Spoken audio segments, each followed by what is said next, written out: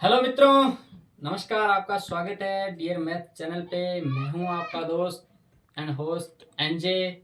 और आज 1 जनवरी है, यानी कि नया साल।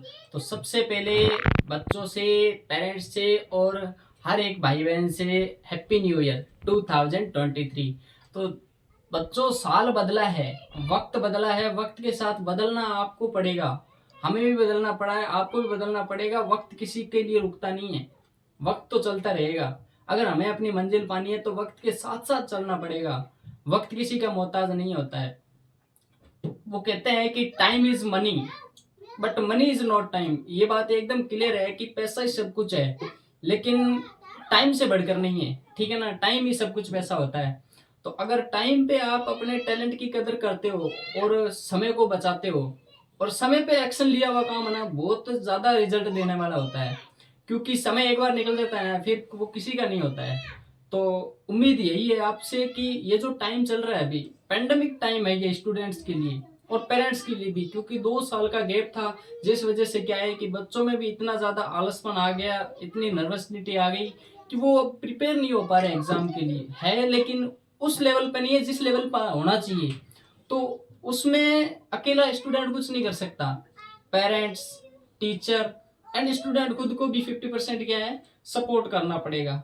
तो मैं एक हर स्टूडेंट से यही कहना चाहूंगा कि अभी उठो, तुम्हें ही करना है कुछ।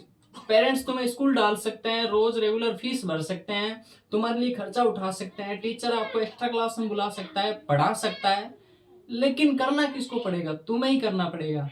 तो एटलीस्ट रास्ता यही है कि अभी जो 2 महीने बचे हैं इसको गोल्डन पीरियड समझ के टाइम की कदर करो और इस पे पढ़ के और अच्छा नाम करो और ये टाइम के हिसाब से रेगुलरिटी के साथ पढ़ो। ठीक है ना, जिंदगी में एक नित्य प्रिय होना जरूरी है। नित्य प्रिय का मतलब है कि एक रेगुलरिटी हो कि आज मुझे ये काम करना है। सपोज कि मुझे मेरा काम पढ़ाना है तो मेरे को पढ़ाना ही है, ऐसी कोई कंडीशन आ जाए। हाँ, एक दिन लेट जरूर हो जाऊंगा, वो कोई बात नहीं है, लेकिन रेगुलर ऐसा नहीं होना चाहिए। हाँ, एक दिन चलता है, वो संडे आपको भी मिलता है कि आप संडे को छुट्टी रखते हो, आप दोस्तों के साथ घूमने जाओ, पार्टी करो, न्यू ईयर मनाओ, कुछ भी करो, लेकिन टाइम को ध्यान में रखते हुए करो कि सारा टाइम खेल में नहीं बिताना है, कुछ मेरे को पढ़ना भी है।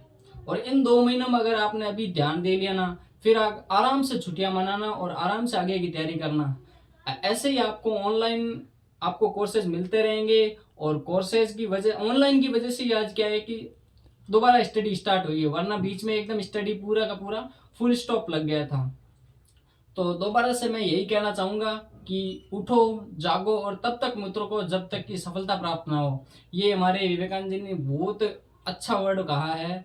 तो उनके लिए हम सब शुक्रगुजार हैं। तो ये सब युवाओं के लिए है। आप भी युवा हो, मैं भी युवा हूँ, सभी युवा हैं। तो अभी नहीं करेंगे तो कब करेंगे? एक कहानी है चीता और बाघ और हिरण की। हिरण जब सुबह उठता है तो हिरण ये सोचता है कि अगर मैं भागा नहीं पूरे दिन तो मेरे को शेर खा जाएगा, चीता खा जाएगा, या मैं किसी का शिकार हो जाऊंगा। और बाघ ये सोचता है कि आज सुबह हो गई और अगर मैं तेज नहीं भागा तो आज मेरे शिकार हाथ नहीं लगेगा और मैं क्या है कि भूखा ही मर जाऊंगा। तो दोनों में रेस लगी हुई है, भाग रहे दोनों ही है।